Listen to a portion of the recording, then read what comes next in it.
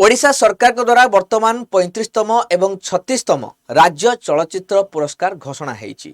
आसंतु जानिबा दुईटी वर्ष रे काहाकु मिलिछि पुरस्कार। प्रथमे डिस्कशन करिबा 2023 मसिया पई जोथरे कि श्रेष्ठ फिल्म बाबरे अवार्ड पाइछन्ति दुईटी फिल्म।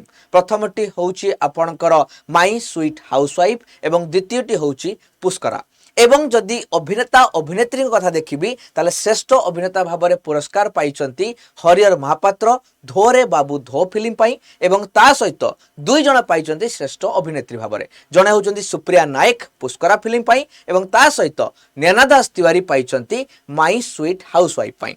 ये तो थिला 23 मसिया। 24 मसिया पाई श्रेष्ठ फिल्म भाबरे विवेचना करा जायछि आश्रम फिल्म को। ता सहित श्रेष्ठ अभिनेता भाबरे तन्मय महांती बाबूसान को मिलिछि पावर फिल्म पाई एवं श्रेष्ठ अभिनेत्री भाबरे देवजानी बेघुरिया को दिया जायछि भगिया भारिजा फिल्म पाई। सो ये रहिला आपनकर चलचित्र विषय कथा ओडिशा सरकार द्वारा घोषणा हेताय। कमेंट बॉक्स रे जणैबे केउ मसिया ठारू हमर राज्य चलचित्र पुरस्कार दिया जाउ।